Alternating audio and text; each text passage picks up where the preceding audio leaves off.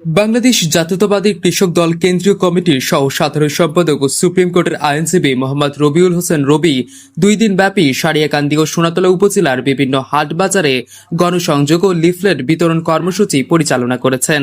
বুধবার ও শুক্রবার তিনি সারিয়াকান্দি উপজেলার বলাইল বাজার, হাসনাপাড়া বাজার, কালীতলা ঘাট, সারিয়াকান্দি বাজার, দেবডাঙ্গা, মথুরাপাড়া, কুতুব বাজার, চন্দইবাইশা ডিগ্রি কলেজ, করিতলা বাজার, দড়িপাড়া বাজার, ইছামারা, রোহাদহ বাজার, জোরগাছা বাজার, ভেলাবাড়ি বাজার, ছাইহাটা বাজার, ডেমকান্দি বাজার, রামচন্দ্রপুর বাজার, কুপতলা বাজার, নার্চি বাজার ও করমজা হাট সহ বিভিন্ন এলাকায় সাধারণ মানুষের সঙ্গে কুশল বিনিময় ও মত বিনিময় করেন।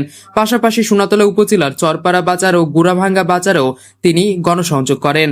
গণসংযোগকালে রবিউল হোসেন রবি আসন্ন জাতীয় সংসদ নির্বাচনে বিএনপির ভারপ্রাপ্ত চেয়ারম্যান তারেক রহমানের উপস্থাপিত রাষ্ট্র কাঠামো মেরামতের 31 দফা জনগণের কাছে তুলে ধরেন।